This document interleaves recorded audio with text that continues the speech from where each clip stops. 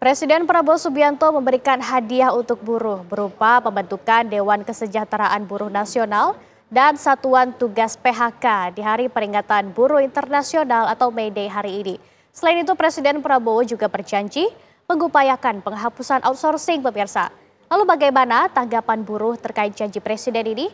Telah bergabung bersama kita Presiden Asosiasi Serikat Pekerja Indonesia, M. Rusdi. Selamat malam Pak Rusdi. Apa dampak dari dibentuknya Dewan Kesejahteraan Buruh Nasional dan Satuan Tugas PHK ini bagi para buruh, Pak?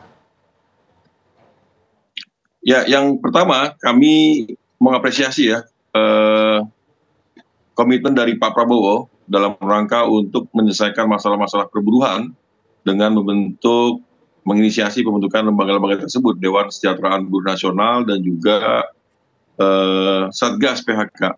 Ini merupakan sebuah komitmen yang saya pikir perlu diapresiasi.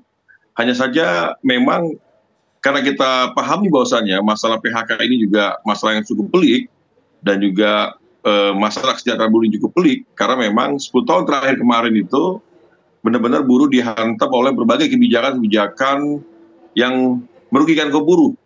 Mulai dari penetapan upah yang dibatasi oleh PP 78 tahun 2015, kemudian puncaknya adalah lahirnya Undang-Undang Omnibus Law yang berbasiskan fleksibel bermarket, upah murah, mudah direkrut, mudah di PHK dengan sangat murah. Ya, dan itu pula yang menjadi salah satu problem kenapa maraknya PHK. Karena memang Undang-Undang Omnibus Law memudahkan adanya PHK bagi buruh dengan alasan untuk menghindari kerugian, maka perusahaan diizinkan untuk mem-PHK buruh. Nah, ini tentunya adalah sebuah tantangan yang tidak mudah bagi Pak Prabowo untuk benar-benar memastikan lembaga-lembaga tersebut kemudian efektif dan memberikan manfaat. Nah, tentunya sederhana, perlu ada keseriusan dari Pak Prabowo nih dalam pembentukan lembaga ini.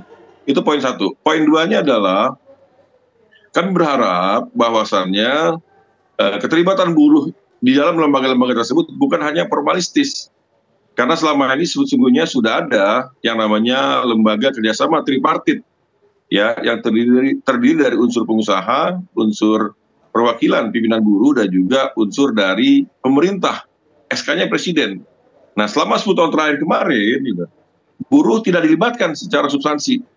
Ya, pemerintah sudah punya konsep berdasarkan masukan-masukan dari Apindo ataupun dari pengusaha. Nah, buruh hanya dilibatkan di ujung saja. Konsep sudah jadi, tapi kemudian buruh hanya bukan dilibatkan dalam diskusi, tapi dilibatkan dalam sosialisasi. Nah, ini yang kami berharap besar bahwasannya itu tidak diulang kembali lah. Ya, sehingga memang benar-benar apa yang Pak Prabowo harapkan benar-benar ada hasil maksimal.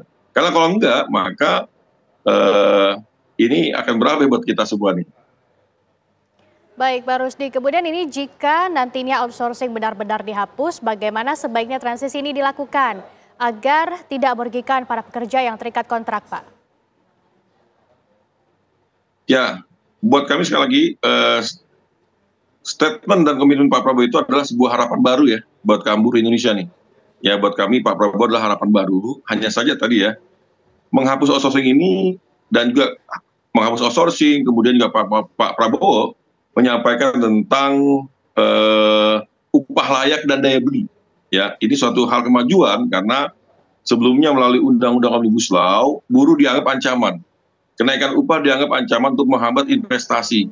Nah, hari ini Pak Prabowo sudah menyampaikan bahwasannya dengan kenaikan upah yang layak, membuat daya beli buruh dan masyarakat menjadi meningkat.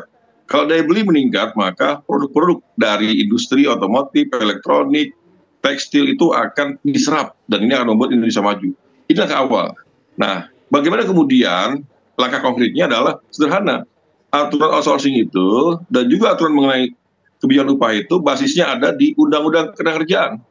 Nah, karenanya harapan kami adalah dalam waktu secepat mungkin pemerintah dan DPR ini bisa menyelesaikan revisi Undang-Undang Ketenagakerjaan. Ya, karena hari ini pasca putusan MK nomor 168, Undang-Undang Omnibus Law sebagian pasalnya udah nggak berlaku lagi, dan juga Undang-Undang Ketenagakerjaan nomor 13 juga sudah nggak berlaku. Ada banyak hal yang udah banyak jadi kekosongan lah.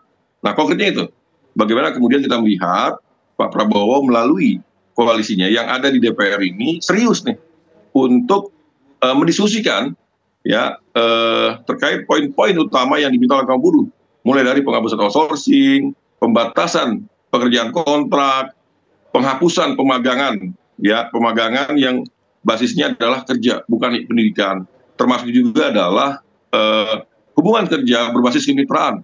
Buat kami itu kemitraan palsu tuh yang ada di teman-teman ojol hari ini. Ya, kemitraan itu hanya istilah dari aplikator untuk menghilangkan tanggung jawabnya mereka sebagai pengusaha kepada para ojol yang sudah menjalankan kewajibannya. Ya, nah Baik. kedua adalah tadi terkait dengan upah. Ya, jadi ini saya pikir langkah awal, tapi memang seriusnya adalah kita ingin melihat bagaimana keseriusan Pak Prabowo dan juga melalui partai-partai yang ada di DPR yang minggu lalu sudah dibentuk Baik, Pak panitia Rusdi. kerja di Komisi 9 terkait revisi undang-undang ini. Mereka serius kan nih? Kalau itu serius, saya pikir buruh akan sangat senang sekali. Baik, Pak Rusdi, tentunya kita berharap semoga janji ini segera terrealisasi. Terima kasih Pak Rusdi telah bergabung bersama kami di Kabar Utama Malam. Oke, terima kasih.